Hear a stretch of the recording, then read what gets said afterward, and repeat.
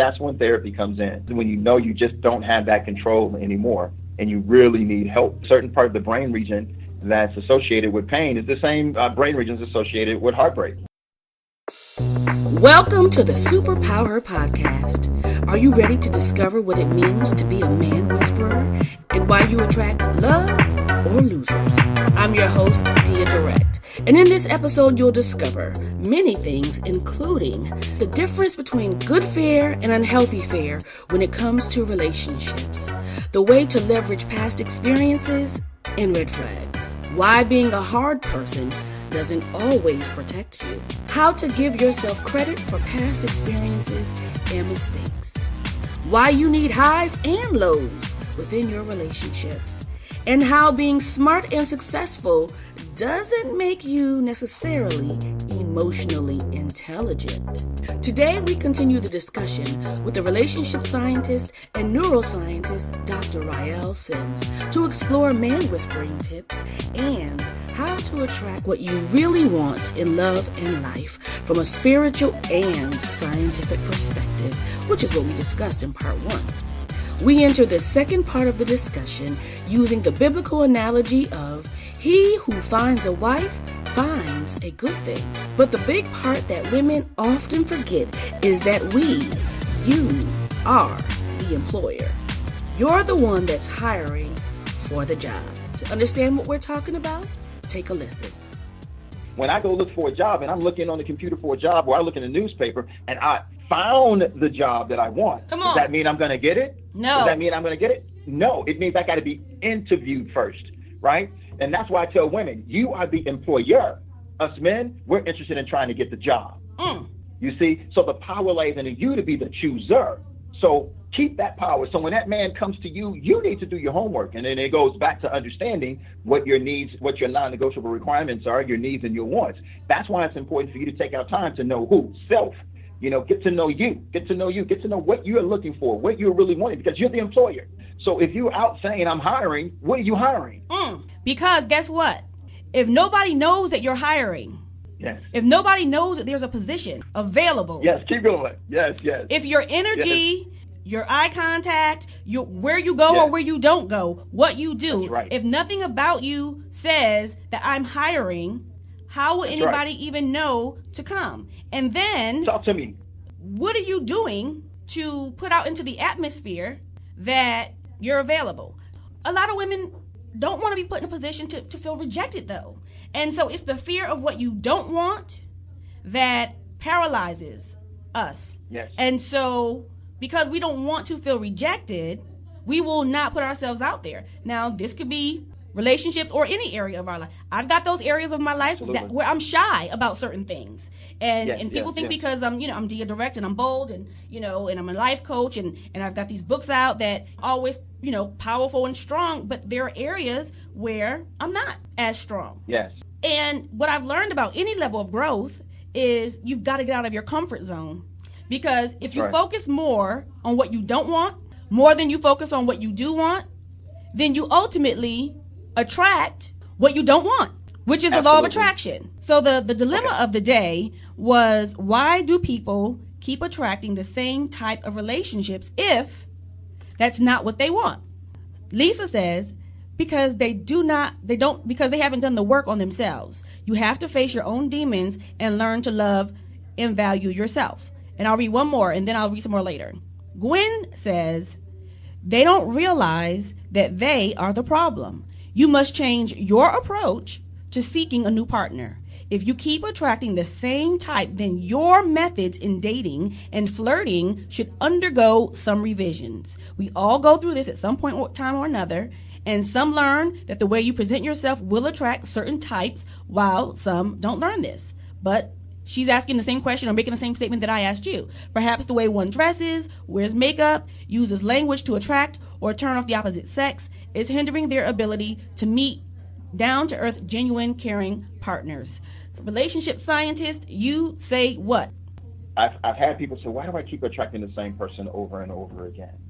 Well, what actually happens is if we don't give ourselves an opportunity to detox from that particular person, what the body is actually doing, now this is so good. This was a good setup to everything that we talked about.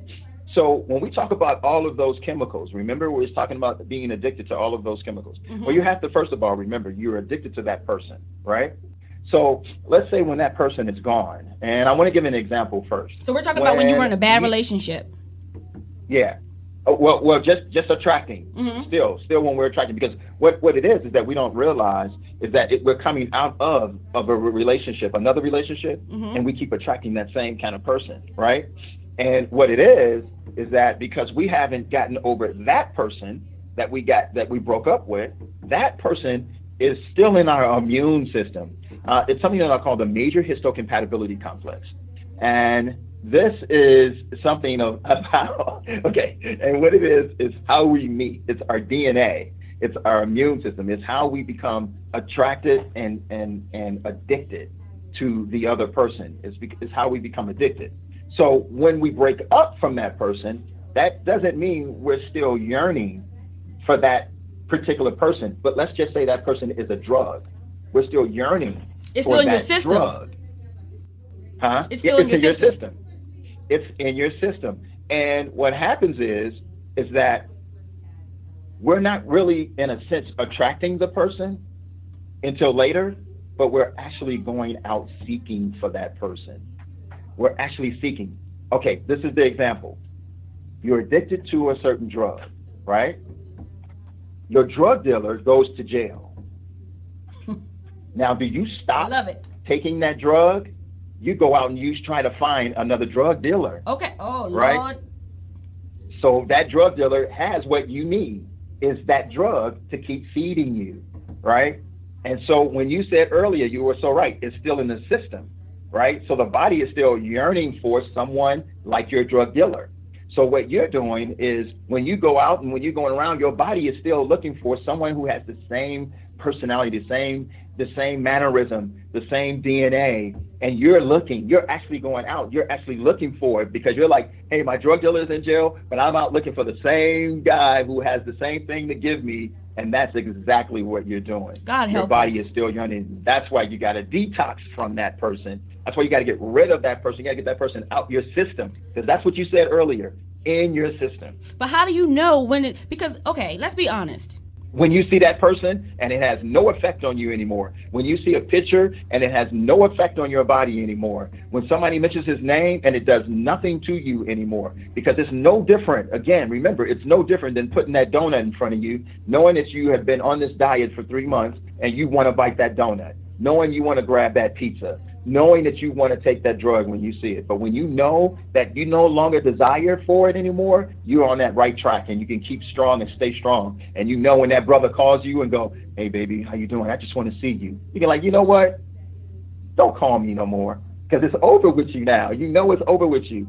You know it's gone. You know it's gone. He can't call you with those sweet little words, because that's what happens. Let me tell you, all it takes, scientifically, all it takes is to hear his voice. All it takes is to hear his voice. How you doing, baby? Hey, I just want to say I'm sorry. You're like, oh, it just does something to you. Oh, it does something to you. And what does it do? That voice goes into the brain, into our memory, where it calls the hippocampus. And that's what stores all the memory of John. So it goes in and it says, oh, that's John. And so what happens is when we hear John's voice goes in, and then the hippocampus triggers, again, that pleasure center part of the brain that I talked about earlier, and it triggers that brain and it releases the dopamine, and your body goes, ooh, oh, and John goes, can I come by? And he's like, no, John. He's like, come on, baby, can I come by? It sounds like your name has been John before. You've been a John before? But you know what that made me think about? You know what it made me think about is smells and food. That memory that you talked about, how, we can smell bacon, even if you don't eat it anymore, or it's something that reminds you of your grandmother, or somebody can pass by me and it's a cologne or a perfume, and it reminds me of a certain point in my life. That's right. Absolutely. Absolutely. And that's exactly how the brain works, because it stores that information in the hippocampus, and it's there. And important stuff, you have to remember, when we store information, the important stuff is there. The non-important stuff is erased, but somewhat it's put in a storage, a different kind of storage, right? And exactly, when we run into somebody, we have to know if we have willpower, if we still have that control, right? And you're so right. You're exactly so right. All other things in life, period, remind you when you smell, and touch.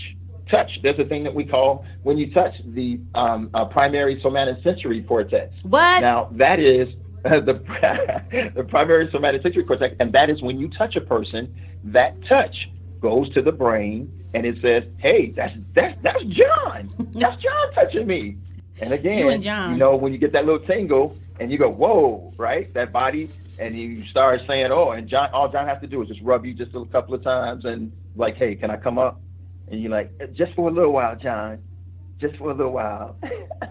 And it's over. Yeah. So you got to stay away from them. Don't let them touch you, because that's all it takes. That's all it takes, because the body knows. The body still knows. The body is like, look, I want to feel good. I don't know about you, but John made me feel good. So you gave a fun fact before. Well, it's more than a fun fact. It's an actual fact, scientific fact. And you talked about how the brain is wired to go towards things that it likes and to reject things that give pain. Can you because that's kind of what you're talking about there. However, from an emotional perspective, some of the things that give us pleasure can ultimately cause pain, whether it's too much food or going back to John. Yes, absolutely. And the brain tries to help us. It tries to help us. It tries to say, let's stay away from this because it's causing us pain, right? And what we do is we most of the time override that. We go, no, I want it. And it's like, no, you got to get over this and you got to forget this. You got to, come on, man. And that's why sometimes, and then that's when therapy comes in, right? When it's times when you just don't have that control anymore and you really need help, and it gets to that point. But you're so right. And again, like I said, it's a certain part of the brain region that's associated with pain. It's the same brain regions associated with heartbreak. Real talking tools to reboot, realign, and reignite fire in your life. It's Superpower with Dia Direct. Some of us look soft on the outside, but we're hard as stone inside. Others appear hard on the outside, but are really marshmallows inside. If this is you, it probably means you're often misunderstood. It may even be hurting your love life, brand, or professional growth. This year, let's be more strategic and intentional. Soft is the new power book, has the answers you need, guiding you on how to tap into your soft side and using it as a strategic edge. Be more intentional by using emotional intelligence to communicate. Learn and leverage the art of becoming a man whisperer. Go to Amazon.com and order your copy of Soft is the New Power today. Real talking tools to reboot, realign, and reignite fire in your life. It's Superpower with Dia Direct. Because so many people have experienced heartbreak, they don't want to put themselves in that position again. And Absolutely. so, Good point. So what is your advice to someone who's trying to avoid being put back in a hurtful situation? Yeah, that's a really good point. And that's the same answer for anything in life. When you fall, what? You got to get back up. You got to get back up because, yes, there's a lot of us that are fear certain traumatic events in our lives. You have a car accident and you're afraid to get in the car and drive because it was such a traumatic accident, and that happens again. The effect that we know our memory stores will have a major effect on us and on our frontal cortex that's telling us, or actually our limbic system, where our amygdala, that's always sometimes the amygdala, the fight or flight situation where you have the fear and it tells your body whether you want to fight or whether you want to flee. So we have to get to the point where you got to get back up. You got to get back up. We all go through. This isn't just a relationship thing. This is life, period. You got turned down for a couple of jobs that you went to. They said no 100 times. You got to get a no 100 and 1,000 times, because you got to keep trying to look for a job. You need to pay your bill, right? You don't want to be homeless, so you got to keep going. You know, and you know, I want to share one treatment that was taught to me by my professor, and it really works, and it's so simple. Go ahead. Whenever you keep thinking about this guy, whenever you keep thinking about this girl, whenever you keep thinking about this situation that's causing you not to try it again, not to go back out again, every time you think negative, you have to do one little tiny thing. Tell your brain this: stop it. Every time you tell your brain stop it, you're conditioning your brain. These things that are called neurons that's in our brain. These neurons that's in our brain is holding information. And the reason why I hold my arm up is because a neuron looks like our hand, with these little branches and then little branches at the end. And so one neuron gives information to the other neuron. This neuron goes and gives information to another neuron. And it tells these neurons, hey, you know, we're afraid to go back out and look for another man, right? And it's like, yeah, I know. So we'll spread the word. So we spread the word, and it goes all through all the neurons, and they go, yeah, hey, you know, we're afraid to go out, right? And we're like, yeah, I heard that. Okay, well, then that's how we're going to be. You know, this is the whole concept of when you hear people say positive thinking, negative thinking. This is what, now I'm explaining what that looks like scientifically in the brain. This is positive and negative thinking. So what you have to do is to say, stop it. So every time you think negative, you have to say, stop it. So guess what? Every time you say stop it, one neuron goes, oh, hey, do you know we're supposed to stop that thinking? It's like, no, I didn't know that. Yeah, we're supposed to stop it. So he goes and tells another neuron, tells another neuron. So the more you keep saying stop it, you keep telling them, this is the new thing, stop it. You tell them, they go out and they tell another, they keep telling you. You keep saying stop it. This is the process of how we end up changing. And you create a new neural pathway when you do this. And this is how you become different than what you were. So you just basically keep telling yourself, stop it. And remember. But is that enough? Creating a new pathway, which means now this person is in your way. Creating a new pathway, a neural pathway, is knowing that you need to go this way now and look this way. You know, and that'll create a whole new, because what happens is that you don't concentrate on this. You're concentrating on making new. So concentrate on making new, and this will start dying down because you're not feeding it anymore. You're not feeding it. So which energy do you think is more powerful? Because I've heard that negativity can often be more powerful than positive messages. What do you think from your perspective? Negative in a sense where, like we say, like when we talk about neuroscience, okay, good, thank you, you're helping me. Sometimes it's good fear, because the good fear is warning you. It's protecting you. Good fear is protecting you, but that's what a woman's going to tell you about her heart. I'm protecting myself. Right, and you have to know that you're protecting yourself. When you're protecting yourself, you just use that as a protection to teach you how to respond if this is a person that's giving you the warning signs. You see what I'm saying? So you have to look for those warning signs. If you don't see those warning signs, don't make none up.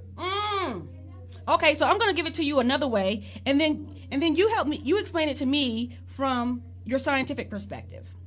Often what I share with clients is, if you've gone through something that caused you pain, particularly a relationship, and it was traumatic, right? You learned some things in that relationship. And one of the things that you learned is that you don't want to be in that kind of relationship again, right? Absolutely. So, but the difference is, you may have had warning signs before, but you didn't necessarily understand them. You didn't have the same alarm because you didn't have the same experience. So maybe you didn't have that memory that you talked about to really say exactly what that is. But the difference is, you now have new information. You have new information about yourself and about others, because sometimes we overestimate our abilities to handle certain things or to change people or to think that we can deal with things that we can't.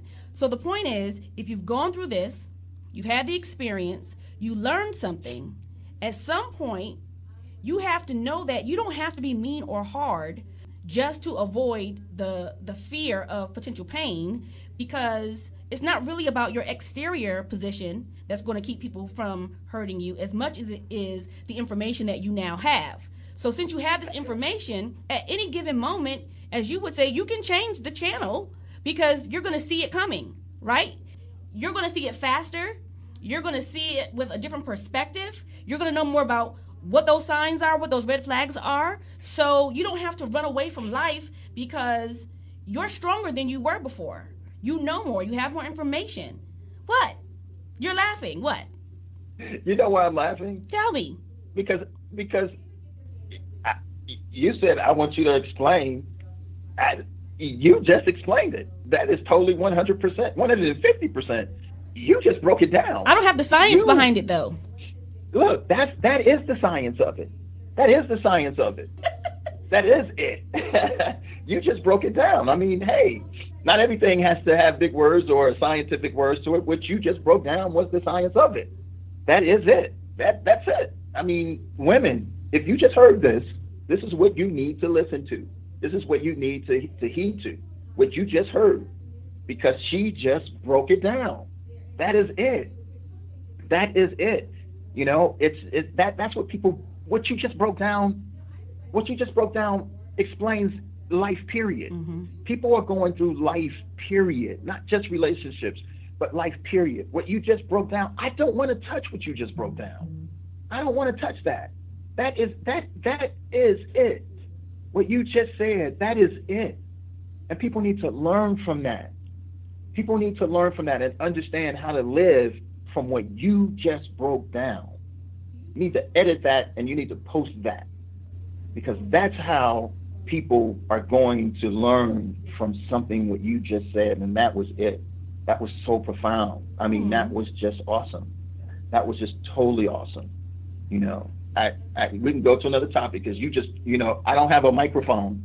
I don't have a microphone with me, but you know, you dropped the mic. You just dropped the mic. You just dropped the mic. That's why I was laughing. I was like, preach on, sister, because you look like you were in church a little bit. Yes, I was. You know, I needed to find some church music to put on because you was dropping it. That's it. Yeah. Totally, well, 100%. unfortunately, the only reason why I can be so passionate about it is because I've fallen a lot, and I remember when I was going through a divorce. Thank God I'm happily married now, but it took the fall and it took the learning of myself to position myself in a way where I could see differently. And one of the things that my psychologist said to me at the time was, you've lost your ability to trust your gut. And that's a very dangerous place to be. That's right. Because you think that you did all the right things.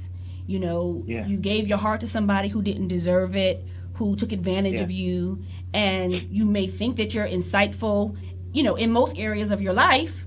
And, you know, one of the things I had to learn is, you know, it's like a muscle. Just because you're strong over here, and just because you're a powerhouse at work or in the gym, liken to the gym, whatever muscle you use the most is the one that's going to be strongest. And then there's also, because if people appeal to what you like, right, kind of what you talked about earlier, if people know how to make you high, your ability to think straight is not the same. You don't make the same decisions when you're high all the time. That's right.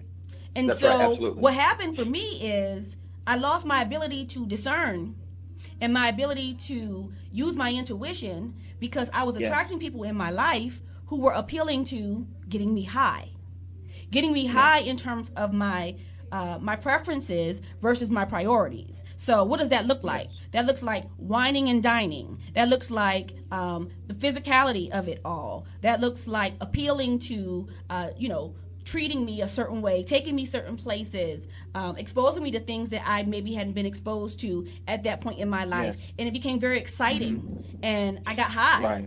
And it was like, and they, and once they saw that I was getting high, guess what? They kept upping the high until it all came crashing down.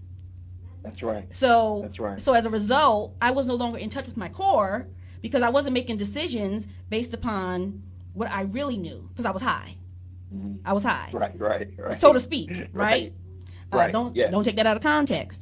So So when I came down, crashing off that high, life was still happening, and I was so disappointed in myself, And that's that other part of, there's that judgment that comes in, and maybe you're not as strong as you thought you were, or as smart in that area as you thought you were, because back to the gym, you work your muscle at work, or your brain intellectually, or in school, but you're emotional, and that's why you are a life coach from the perspective of relationships and neuroscience. I'm a life coach from the perspective of social and emotional intelligence.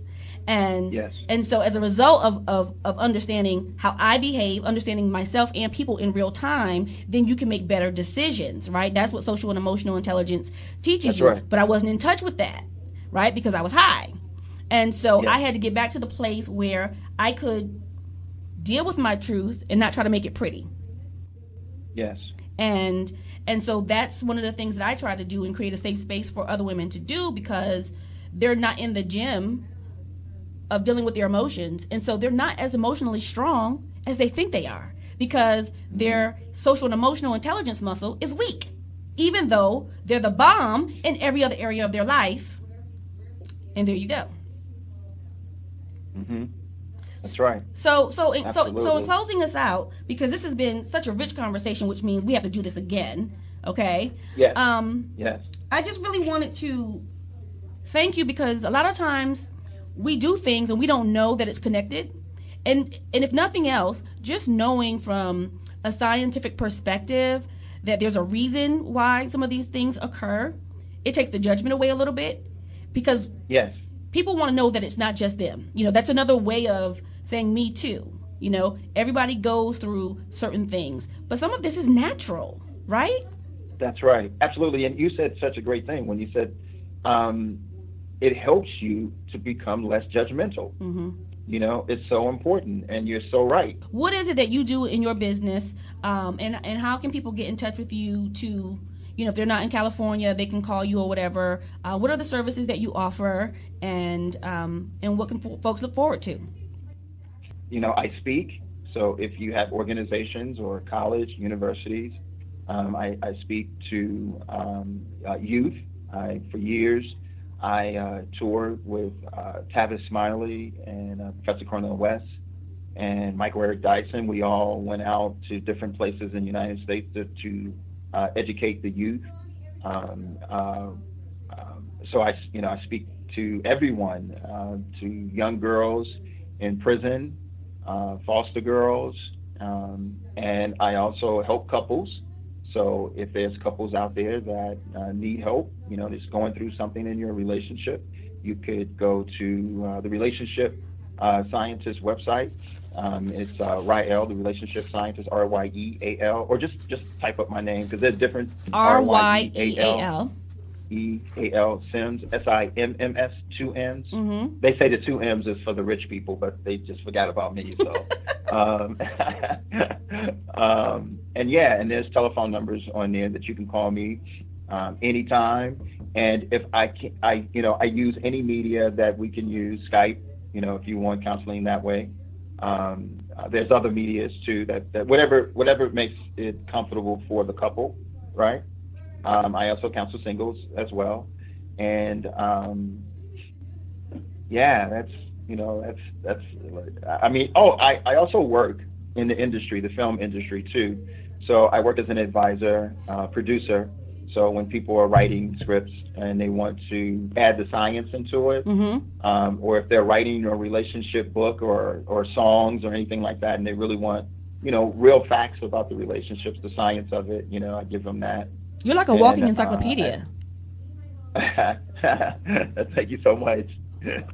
I'm just so passionate, about it. And like I said, I just wanted to learn more And I think you said it a couple of times too. You know, it's so important to know why. And I just wanted to know more about why we do what we do and to explain it. So when people write books and everything, I love it. I love it. You know, I love being on panels with people such as yourself, and you're so educated. I mean, you are just so, man, you deep, and you're just, you know, and I follow you too.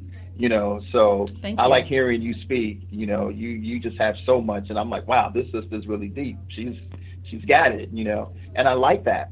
And that's how, you know, I make that combination with people, is that I just add the science to it. You know, it's not something that you don't already know or people don't already know. But we don't know the why. We don't know the why behind it all the time. Don't know the why. Yeah. Yeah, absolutely. And I just like to add the science to it. So I hope that, you know, someday too, we could, you know, do a seminar there where you are, and sure. We both can to do something together. So here's what I want to just, you know, share. God's been dealing with me on this word, and I think it's been coming up more and more with what's happening in the atmosphere with the Me Too campaign and people being violated. And even though it's like many years later, myself included, what you're seeing is these emotions are fresh. And so to your point, you've got to tell yourself a different story. And you've got to keep telling yourself a different story. But what I just wanted to share in closing is that people feel uncovered. A lot of us have been uncovered. And even the strong, the smart, the powerful, we need to feel loved and protected from the inside out, right? And so what happens as a result of what's happened to us, whether it's childhood or past relationships, people often choose relationships from a wounded place. And so whatever you didn't get in your childhood, you're always searching for that. I found that to be true for myself. I resented the implication, but it's true because I saw it as being weak. But the truth is, because I wasn't covered by my father properly, or because I was exposed to things as a child that I shouldn't have been exposed to, I always felt emotionally naked and uncovered. And so I found that even though people always thought I was so strong, I end up choosing relationships that gave me a sense of covering, even if it wasn't real, temporarily. Right. And so we must identify and deal with our stuff so that we can attract genuine love. Genuine love. Absolutely. Go to God within yourself to heal, to forgive, to release, so that you can flow, so that you can give and receive from within, and multiply it back to yourself. And sometimes, because you're so close to it, you might need some help. And that's where Ryeal and myself come in. We're here for you to help you work through your belief systems about love, about starting, dealing with how you feel and self-worthiness, and to really help you to attract what you really want, and to focus on what you really want, and not to put all your energy in what you don't want, so that fear doesn't win. I have a book that was an Amazon bestseller, a really small book called Failure is Fuel. But the premise behind that Failure is Fuel is that I realized that I was repeating behavior that was based in fear. And because I wasn't dealing with my fear, I kept attracting things and people into my life that replicated the very thing that I said I wanted to get away from. And what you've done is you've helped us to understand why we do that. And a lot of women are able to change behavior once they understand the why. You know, you're not dumb, you're not stupid, you're not weak. You're built a certain way, and you're impacted by what's happened to you in life. But you also have the power to change your brain. Is that right, Doc? That's right. Absolutely. Absolutely. Our brain is plastic, and you have that opportunity to change, to get more information, and to change. We never believe that it's set and it's over, and it's not. You know, that's the beauty of it. The beauty of it is just like a computer. It is a computer. I mean, that's what we base the computer off of, is our own brain. You know, when you have bad files, you need to store that bad file, that corrupt file, that damaged file, you know, and look for a new file. You need to put a new hard drive, you know, in the system, and you can definitely condition your brain. And I mean, whenever you see people change, whenever you see people go on diets or lose weight, it's all in the brain. It's all that they decided to do to create a new pathway. And that's the whole key, is to condition, and like you said, being aware of the things that happened to you in your past, and to want to do something about it, and doing something about it, and that's what's so important, is to do something about it, because you are aware sometimes, and when you are aware, it's time now to do something about that awareness, Well, I'll let you have the last word. Same, yep. And I think that last word of mine is preparing yourself is to prevent repairing yourself. Say it again. Preparing yourself, yes, is to prevent repairing yourself. I love it. You have the last word, sir. I hope we said something today that helped you feel empowered, that helped you feel a little bit more connected to yourself, to what you want out of life, to others, and take it to the next level. Share this. And thank you so much, Ryeal Simms, the relationship scientist. We really appreciate you today. Yeah, thank you. Thank you so much. I really appreciate being on your show. I'm so honored because, like I said, I've been following you for a long time. So I'm honored to actually be on your show. I'm like, wow. So, thank you so much. We'll do it again, sir. It's been a pleasure. I'm your host, Dia Direct, and this has been another Super Power Her podcast. Listen, share this with your friends and your family. Please like us and comment on Facebook and Instagram. Find us everywhere at DEYAdirect.net or on Instagram at DEYAdirect or Super Power Her on Instagram. We look forward to hearing more from you. Listen to our other episodes and make sure you continue to tap into your superpower her.